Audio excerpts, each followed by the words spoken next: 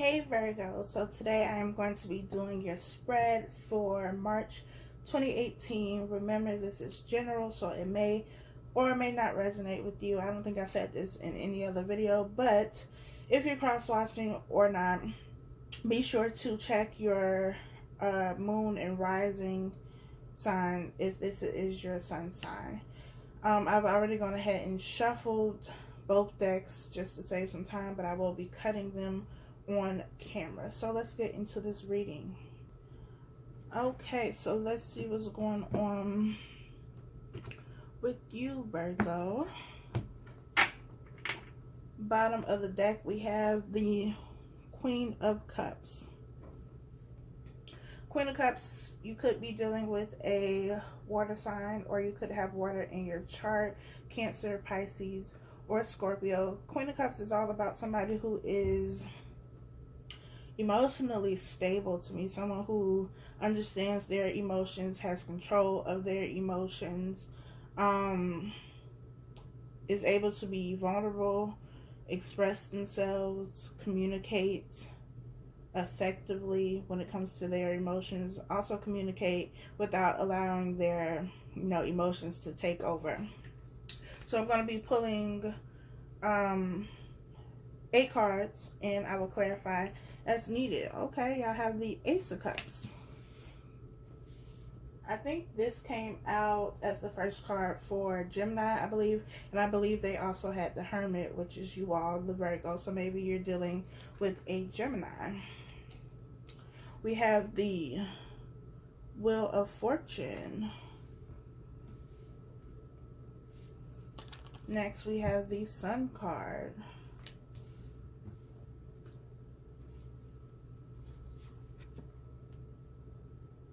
We have the Six of Swords. We have the Nine of Wands. We have the Three of Pentacles.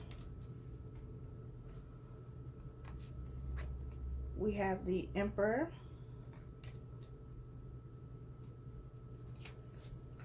And we have the Queen of Pentacles.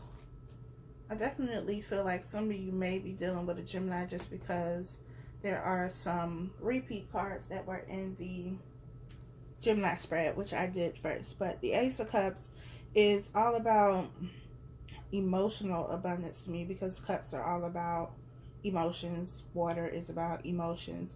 So having emotional fulfillment. With the Sun card being here, you have abundance in all aspects of your life. You have, the home life as well, your family as well, friends are well, career is doing well, you're making money, you have stability financially with the Queen of Pentacles being here. So I feel overall, your overall energy is emotionally fulfilled with the Ace of Cups, and you had the Queen of Cups at the bottom of the deck, and the Sun card being here. You have the Wheel of Fortune, which is all about karmic cycles ending, new things cycling in, new beginnings. You also have the Six of Swords, which is about moving away from something.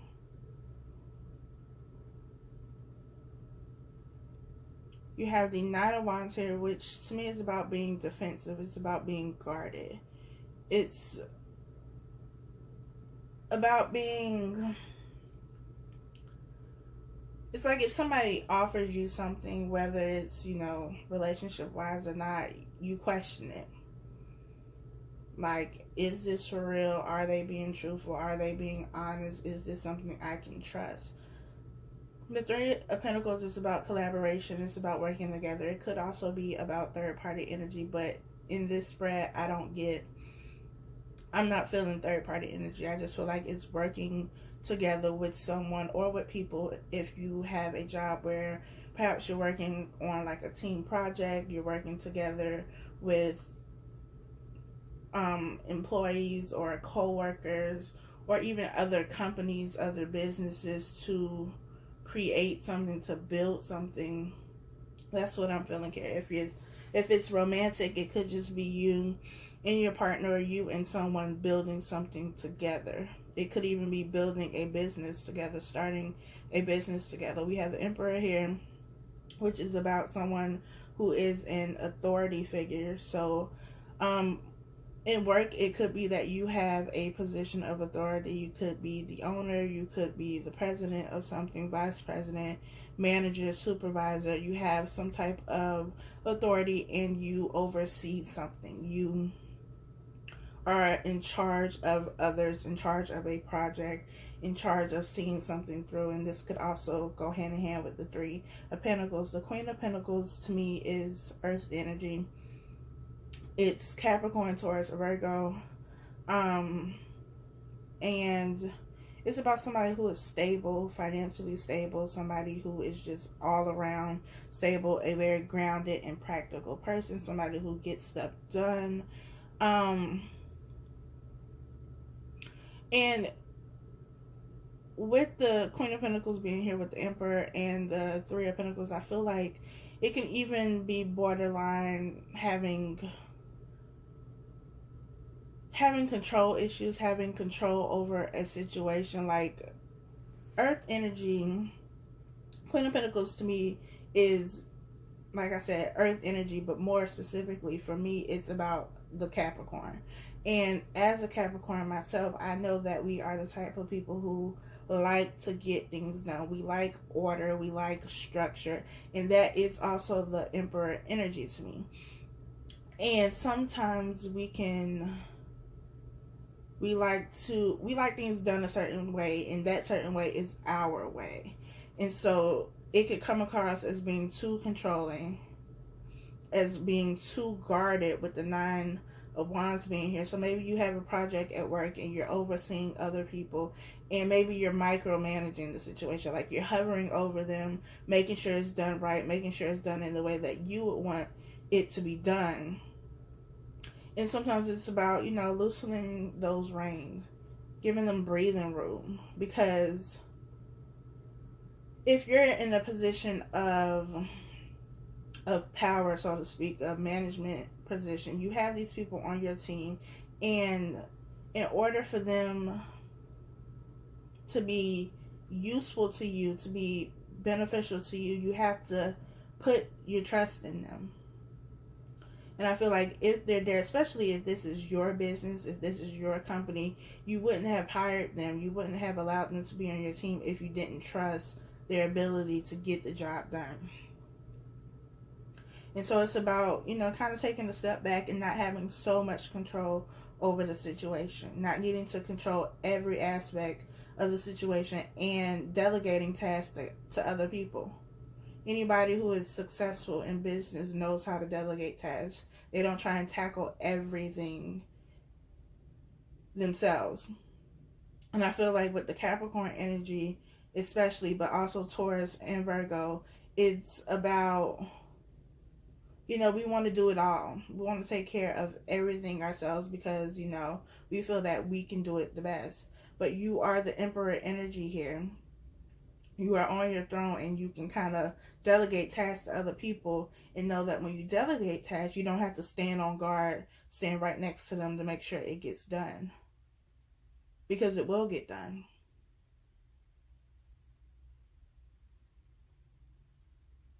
And it's going to provide stability. It's going to be something that is successful. And it's going to be successful without you controlling and micromanaging the situation. I am going to clarify this Six of Swords. Spirit, why is the Six of Swords here? We have the Seven of Cups. Seven of Cups is about decisions. So maybe you've had... It's about decisions, but for some reason I'm also getting like juggling here. It's kind of like the Two of Pentacles, where you're juggling, two choices, two decisions, two of something. I feel like that's what it is here. And I feel like this goes back to what I was saying here. You're trying to take on too much. You're trying to figure out how you can do this and this and this and this and this. You're only one person. You're on this throne. You're sitting on your throne because you are able to delegate tasks to people. You don't have to take care of all of this by yourself. And with it being with the Six of Swords, I feel like maybe you're moving away from this. Maybe you're realizing this, that you don't need to be in control of everything.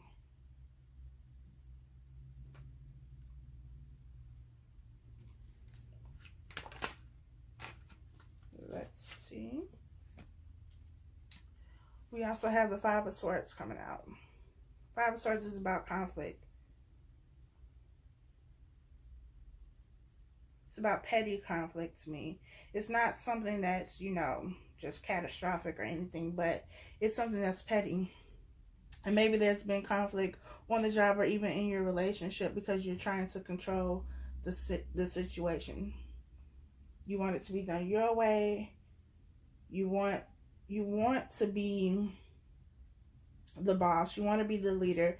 And it's like you're already that. You're already the boss. You're already the leader. You already have that position. So you don't have to try to, how do I want to say this? You don't need to be extra. You don't need to stand by somebody and stand guard for them to know that you're in charge or that you're over this project. Because nobody wants to deal with that. Nobody wants to deal with being micromanaged. Nobody wants to have somebody constantly standing over them or constantly telling them that they're doing something wrong because it's not done in the way that they want it to be done. This leads to conflict. How you get conflict resolution is by working together with the Three of Pentacles.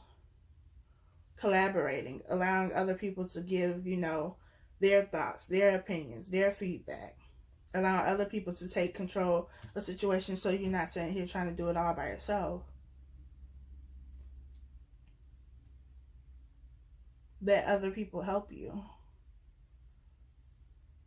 I think in the Romance Angels deck, the card is let your friends help you or something like that. And I feel like that's what it's saying. You don't have to take on all of this by yourself. Other people are capable. Let them do it. You'll never know what other people can do if you never let them do it.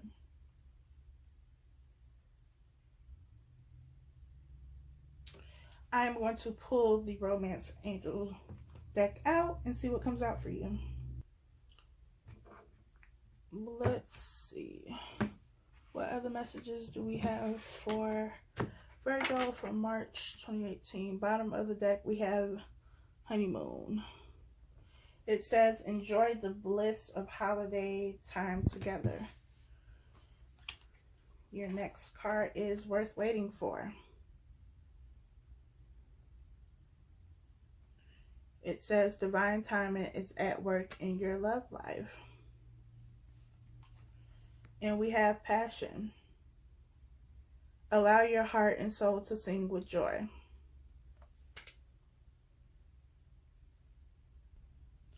With the Sun card being in your spread for March 2018, there's definitely abundance here. With the Ace of Cups being there as well, you definitely have abundance. And though most of the reading, I feel, had a lot to do with work, it can also apply to your relationships. Don't try to control your relationships. Don't try to control when things are going to happen and play out. With Worth Waiting For, it says divine timing is at work in your love life. So people who tend to be or tend to like to have control, doesn't necessarily have to be a bad thing, but you know, they want things to go the way they want them to go, can try to manipulate situations so that things happen quicker.